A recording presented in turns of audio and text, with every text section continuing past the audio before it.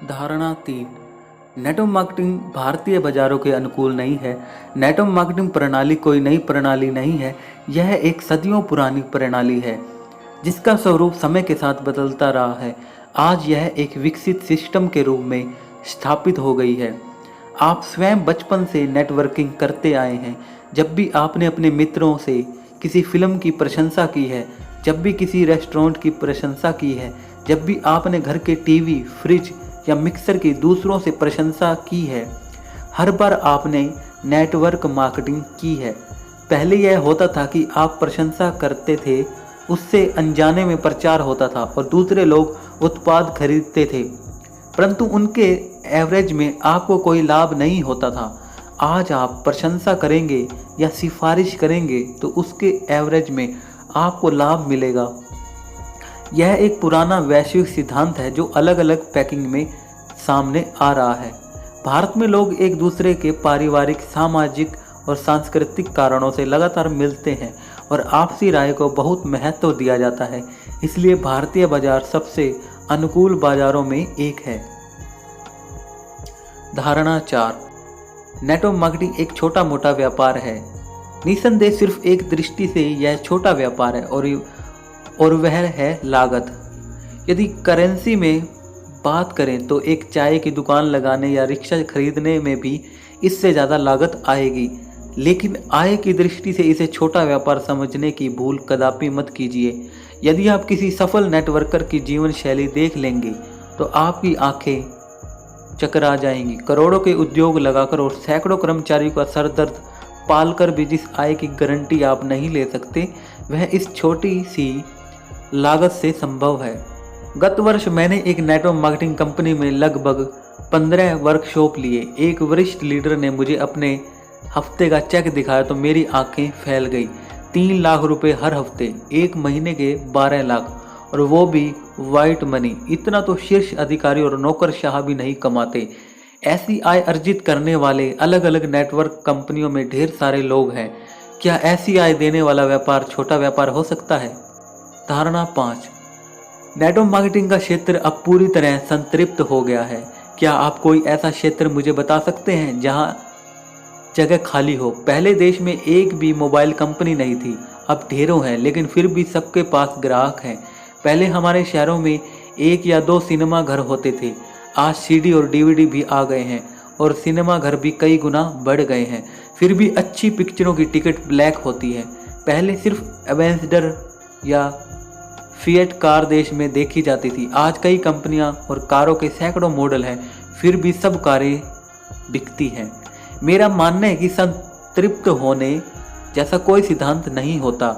हर दिन हर पल मनुष्य की प्राथमिकताएं, आवश्यकताएं और इच्छाएं बदल रही हैं और इसी के साथ हर उत्पादन के लिए जगह भी बन रही है। समय के साथ उत्पाद बदल रहे हैं और लोगों के उपयोग के तरीके बदल रहे हैं। जब तक दुनिया में आदमी रह रहा है तब तक चीज़ें बनती रहेंगी। 2 दशक पहले अमेरिका की एक शीर्ष एजेंसी ने कहा कि अब टीवी और फ्रिज निर्माताओं को सावधान हो जाना चाहिए क्योंकि हर घर में फ्रिज और टीवी आ चुका है। अब इसके बाजार में ज़बरदस्त गिरावट आएगी। सबकी धारणाओं को झुठलाते हुए उसी वर्ष सभी टीवी फ्रिज कंपनियों को कई गुना लाभ हुआ। इसका कारण था लोगों की बदलती अपेक्षाएं। किसी को छोटा टीवी चाहिए तो किसी को बड़ा, किसी को फ्लैट स्क्रीन चाहिए तो किसी को ज़्यादा चैनल चाहिए, किसी को डबल डोर फ्रिज चाहिए तो किसी को ट्रिपल डोर, किसी को सस्ता चाहिए तो किसी को श्रेष्ठ। इसलिए सारे कड़े धरे के धरे रह गए। ना बाजार संतृप्त हुआ और ना ही बिक्री घटी। कहने का सार यह है कि नेटवर्क मार्केटिंग का बाजार कभी संतृप्त नहीं होगा। कंपनियों को अवश्य इस बात का ध्यान रखना होगा कि ऐसे उत्पाद लाए जिनकी वास्तविकता में ज़रूरत हो। उन्हें बदलती अपेक्षा और नई तकनीकों के साथ कदम मिलाकर चलना होगा। धारणा 6। नेटवर्क मार्केटिंग धन कमाने का एक आसान रास्ता है। यदि कोई नेटवर्कर आपको यह कहता है कि यह समृद्धि और धन कमाने का आसान रास्ता है या धनी होने का शॉर्टकट तरीका है तो वह झूठ बोल रहा है और उसकी नीयत साफ नहीं है। यदि आप एक नेटवर्कर हैं और आप भी यह लाइनें उपयोग में लाते हैं तो तुरंत इनका उपयोग करना बंद कर दें। मित्रों, नेटवर्क मार्केटिंग एक कठिन व्यापार है। इसमें भी उतनी ही मुश्किलें हैं जितनी किसी अन्य व्यापार में। इसमें भी काफ़ी मेहनत और धैर्य की ज़रूरत होती है। जब लोग आपसे जुड़ने से इनकार करते हैं तो मन को चोट भी पहुंचती है। अगर आपको यह बताया जाता है कि यह आसान है और आप आसान बिजनेस की मानसिकता लेकर कूद पड़ते हैं फील्ड में, जैसे ही आपका सच से सामना होता है आप हताश हो जाते हैं। हताश होकर या तो असक्रिय हो जाते हैं अथवा नेटवर्क मार्केटिंग के विरोधी बन जाते हैं। मैं बिना किसी लाग लपेट के यह कहना चाहता हूं कि यह व्यापार सरल नहीं है, लेकिन असंभव भी नहीं है। इसमें लागत और परिणाम के बारे में सोचता हूं तो ऐसा लगता है कि अपने सपनों को पाने के लिए इस व्यापार में आने वाली मुश्किलों से जूझा जा सकता है। सब कुछ इस बात पर निर्भर है कि आपके भीतर अपने सपनों के लिए कितना पागलपन है। सबसे महत्वपूर्ण यह है कि इसे करने के लिए आपको अपने वर्तमान कार्य क्षेत्र को छोड़ने की ज़रूरत नहीं है। आप साथ साथ इस बिज़नेस को बढ़ा सकते हैं और इससे आय सुनिश्चित कर सकते हैं। मैं यह इसलिए भी कह रहा हूं कि यदि मैंने आपसे सरल सरल कहा और आपको कठिनाइयां मिली तो आप निराश हो जाएंगे, और मैंने यदि कठिन कठिन कहा तो आप हर कठिनाइयों को सरलता से हल कर सकेंगे, क्योंकि आप मानसिक रूप से उसके लिए तैयार होंगे। धारणा 7, नेटवर्क मार्केटिंग निम्न वर्ग वालों का व्यापार है। नेटवर्क मार्केटिंग हर वर्ग, हर पेशे और हर स्तर के लोगों का व्यापार है। यदि अनेकता में एकता भारत की विशेषता, इस नारे को सच में महसूस करना हो तो नेटवर्क मार्केटिंग में आइए। यदि यकीन न हो तो शीर्ष कंपनियों के सेमिनार में हिस्सा लेकर देखें। वहां आपको डॉक्टर, इंजीनियर, सीए, उद्योगपति, सरकारी अधिकारी, शिक्षक, वकील और लगभग हर क्षेत्र के लोग मिलेंगे। कई लोग तो ऐसे मिलेंगे जो नेटवर्क मार्केटिंग से जुड़ने के पहले भी अत्यंत सफल और समृद्ध थे, परंतु फिर भी उनकी कोई खास जरूरत या आकांक्षा उन्हें इस प्रणाली तक खींच लाई। यह निम्न वर्ग वालों का व्यापार नहीं है, परंतु ऐसे लोगों का व्यापार है जिनके सपने उनकी वर्तमान आय या कार्य क्षेत्र से पूरे नहीं हो सकते। यह निम्न वर्ग वालों का नहीं, बड़ी सोच व बड़े सपनों वालों का व्यापार है, जो अपने भाग्य को अपने हाथों से गढ़ने के लिए मैदान में कूद पड़े हैं। धारणा 8, इसमें अति बुद्धिमान, समझदार व स्मार्ट लोग ही शिखर पर पहुंचते हैं। नेटवर्क मार्केटिंग में केवल वो लोग शिखर पर पहुंचते हैं जो सिद्धांतों का पालन करते हैं और अपलाइन की सुनते हैं, अधिक से अधिक प्लान दिखाते हैं, गंभीरता से फॉलोअप करते हैं, अधिकतम ट्रेनिंग प्रोग्राम में हिस्सा लेते हैं और अपने डाउनलाइन को भी शिक्षित करते हैं। जो व्यक्ति सिद्धांतों पर समर्पण के साथ चल रहा है वह सफल जरूर होगा, फिर चाहे वह स्मार्ट हो या ना हो, अति बुद्धिमान हो या ना हो। एक बात जरूर है कि यदि व्यक्ति बुद्धिमान और स्मार्ट है तथा सिद्धांतों पर भी चल रहा है तो उसकी गति दूसरों से तेज होगी, लेकिन ऐसा कम ही देखने में आता है। मेरा व्यक्तिगत रूप से यह कहना है कि अक्सर इसमें अति बुद्धिमानी और ज़्यादा स्मार्टनेस दिखाने वाले लोग असफल हो जाते हैं, क्योंकि वे शॉर्टकट से चलने का प्रयास करते हैं तथा अपने अपलाइन के मुकाबले खुद को ज़्यादा होशियार समझते हैं।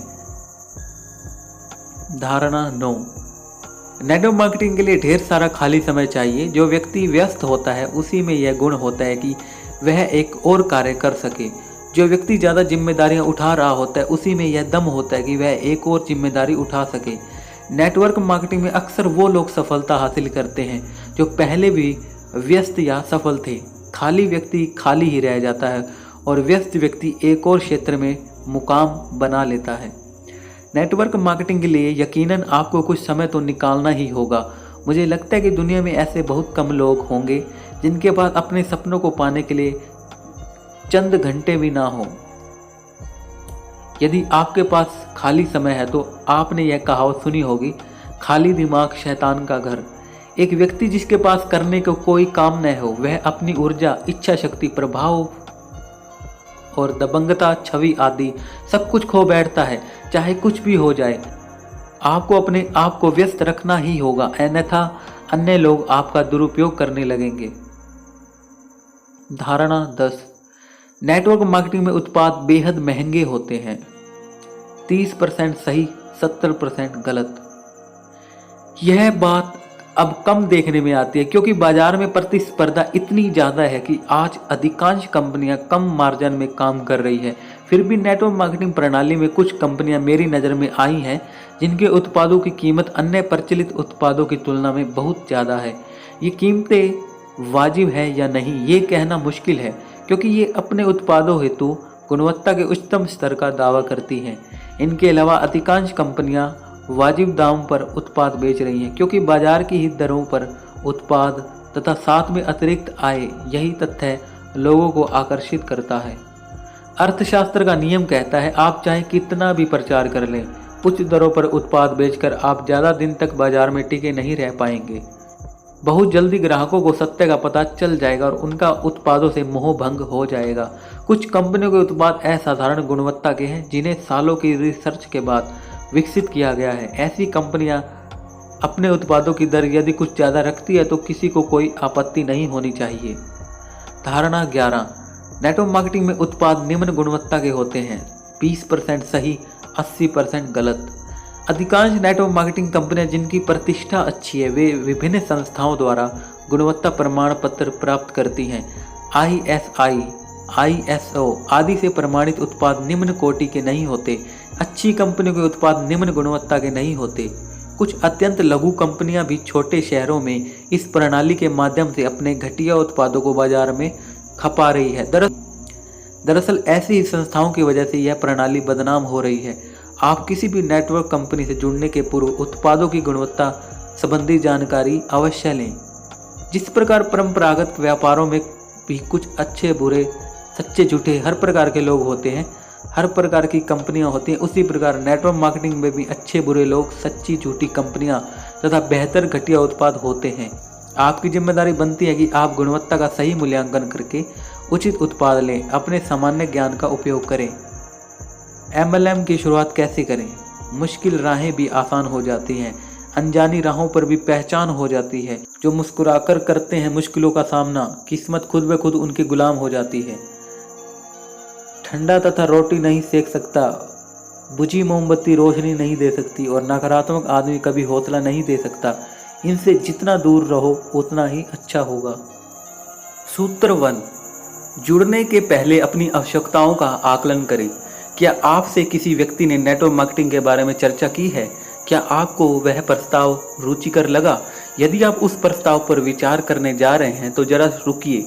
सबसे पहले यह देखिए कि आपको इस प्रणाली की आवश्यकता है या नहीं। यह जानने के लिए नीचे लिखे प्रश्न स्वयं से पूछिए। आइए वो प्रश्न जानते हैं। क्या आपकी आय आपकी वर्तमान आवश्यकताओं को पूरा कर पा रही है? क्या आपके पास स्वयं का घर, बेटियों की शादी, बच्चों की शिक्षा, मेडिकल इमरजेंसी आदि प्रसंगों हेतु पर्याप्त आर्थिक व्यवस्था है? क्या आपके पास परिवार के साथ समय बिताने को पर्याप्त समय है या आप सारा दिन मशीन की तरह कार्य करते हैं? क्या आपकी नौकरी इस छटनी व प्रतिस्पर्धा के युग में सुरक्षित है? क्या आप बार बार ट्रांसफर किए जाते हैं? क्या आपके पास भला चाहने वाले मित्रों या दुख सुख में काम आने वाले लोगों की पर्याप्त संख्या है? क्या आपको व्यक्तित्व का विकास करने के पर्याप्त अवसर मिलते हैं? यदि आप किसी कारणवश वर्तमान व्यवसाय प्रोफेशन में कार्य करने के योग्य न रहें, तब भी क्या आपकी आय सुचारू रूप से जारी रहेगी? यदि इनमें से कोई भी प्रश्न आपको सोचने पर मजबूर कर रहे हैं तो ही आप नेटवर्क मार्केटिंग से जुड़िए। आपको कोई परेशानी नहीं है तो आप इस प्रणाली से दूर ही रहें तो बेहतर ही होगा। बिना प्रयास के सिर्फ आप नीचे गिर सकते हो, ऊपर नहीं उठ सकते। यही गुरुत्वाकर्षण का भी नियम है और जीवन का भी। सूत्र 2, नेटवर्क मार्केटिंग के सिद्धांत को समझिए। इस प्रणाली से जुड़ने के पूर्व नेटवर्क मार्केटिंग सिद्धांत को अच्छे से समझिए। सिर्फ किसी चाचा, भाई, भतीजे या मित्र के कहने पर मत जुड़िए। भले ही निवेश सिर्फ कुछ हजार का ही हो, परंतु अच्छी तरह समझने के बाद ही कीजिए। सामान्य जीवन में ध्यान दीजिए। यदि आप 100 रुपए के फल भी खरीदते हैं तो पहले उसे चारों तरफ से जांचते हैं, फिर खरीदते हैं। नेटवर्क मार्केटिंग निम्न सिद्धांत पर आधारित है।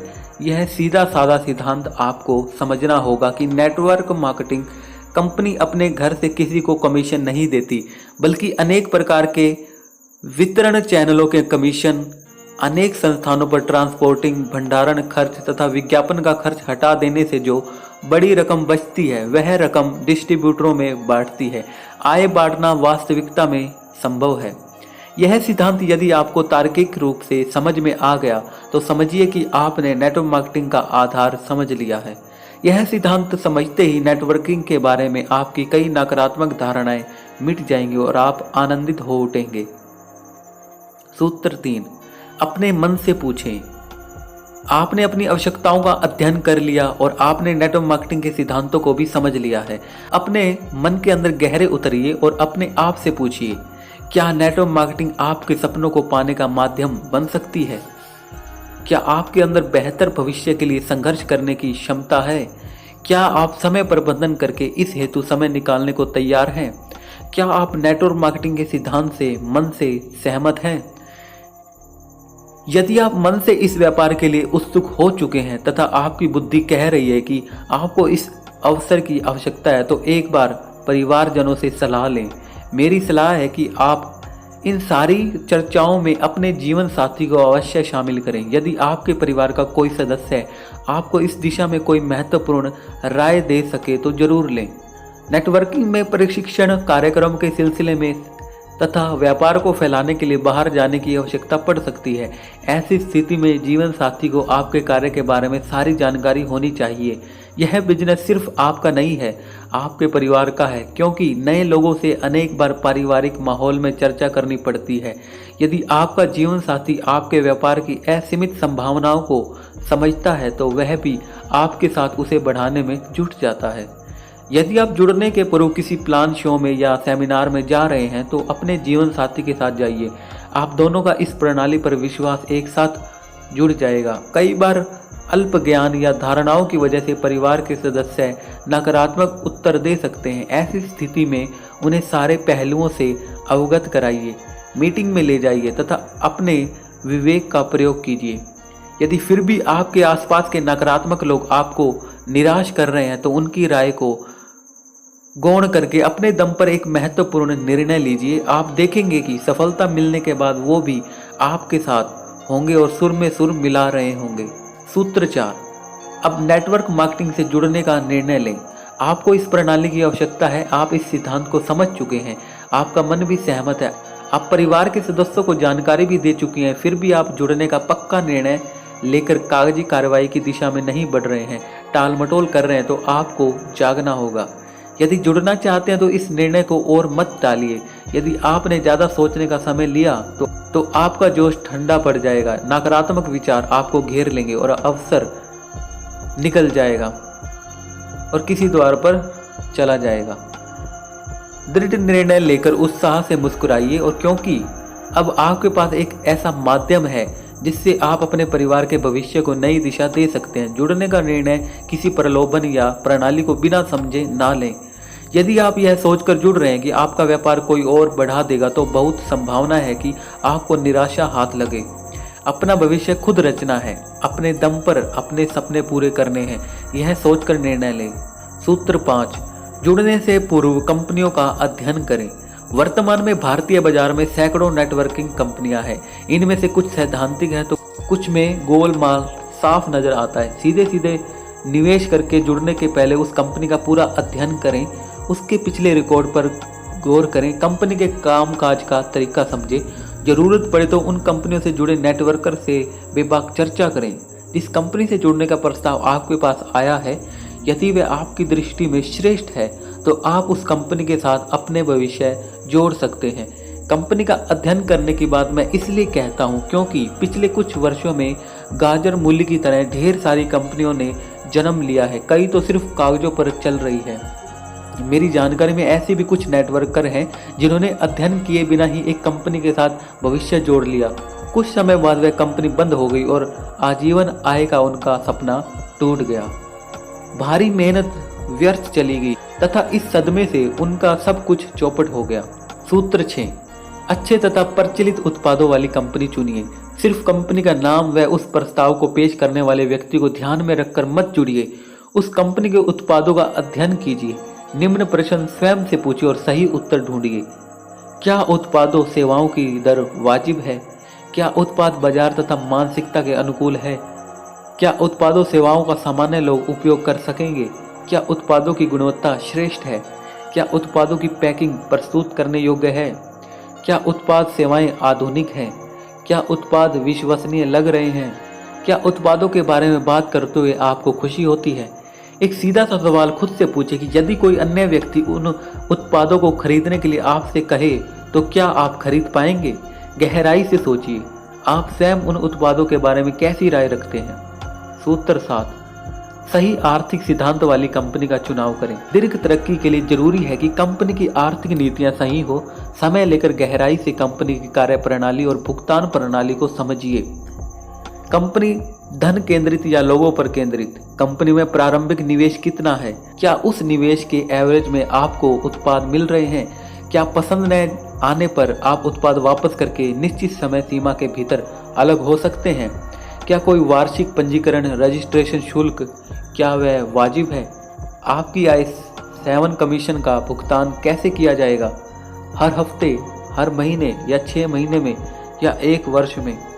यदि आपको लगता है कि कंपनी वाजिब प्रवेश शुल्क ले रही है, उसके एवज में उत्पाद दे रही है, सही समय पर भुगतान कर रही है, बार बार अलग अलग मदों में पैसा नहीं ले रही है, तो निसंदेह वह श्रेष्ठ कंपनी है। सूत्र 8, प्रशिक्षण व सपोर्ट सिस्टम जीवनदायी है।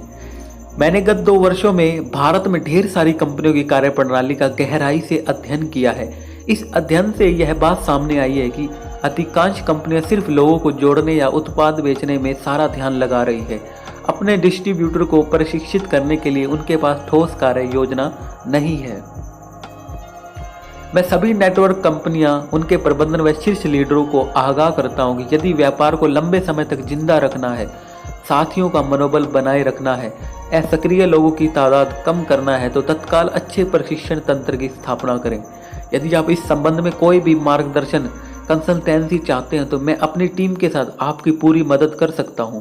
हमने प्रशिक्षण पर जबरदस्त तैयारी की है, नए लोगों के लिए प्रवेश प्रोग्राम बनाए हैं।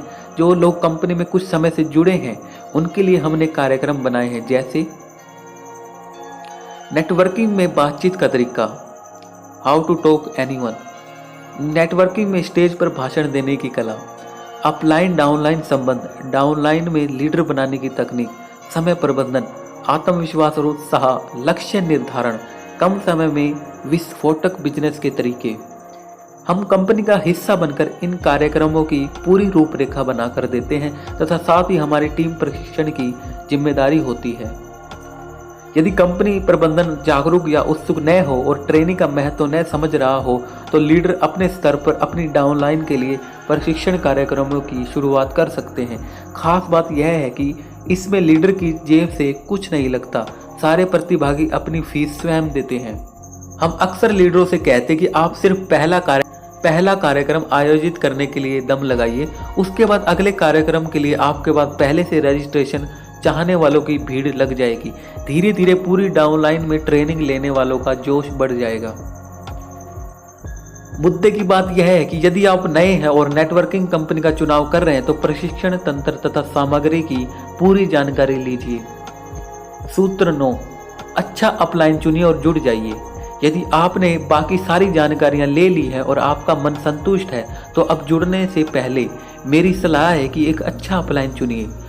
हो सकता है मेरी यह सलाह कुछ नेटवर्कर को पसंद न आए, लेकिन मैं उनसे क्षमा चाहते हुए इस सलाह पर अडिग हूँ।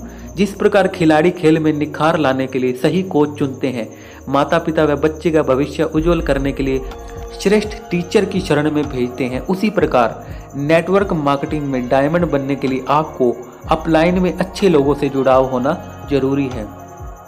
अच्छा अपलाइन से मेरा आशय यह है कि वह दिखने में सुंदर हो, महंगे कपड़े पहनता हो या ऊंची गाड़ियों में घूमता हो। अच्छा अपलाइन का अर्थ है जो ट्रेनिंग में विश्वास करता हो, कंपनी व उत्पादों पर उसकी आस्था हो, जो नेटवर्किंग के प्रति गंभीर हो, जो आपकी जिज्ञासाओं का निवारण कर सके, जो समय का पसंद हो और जो शुरुआती दौर में आपकी डाउनलाइन विकसित करने में आपकी मदद करे।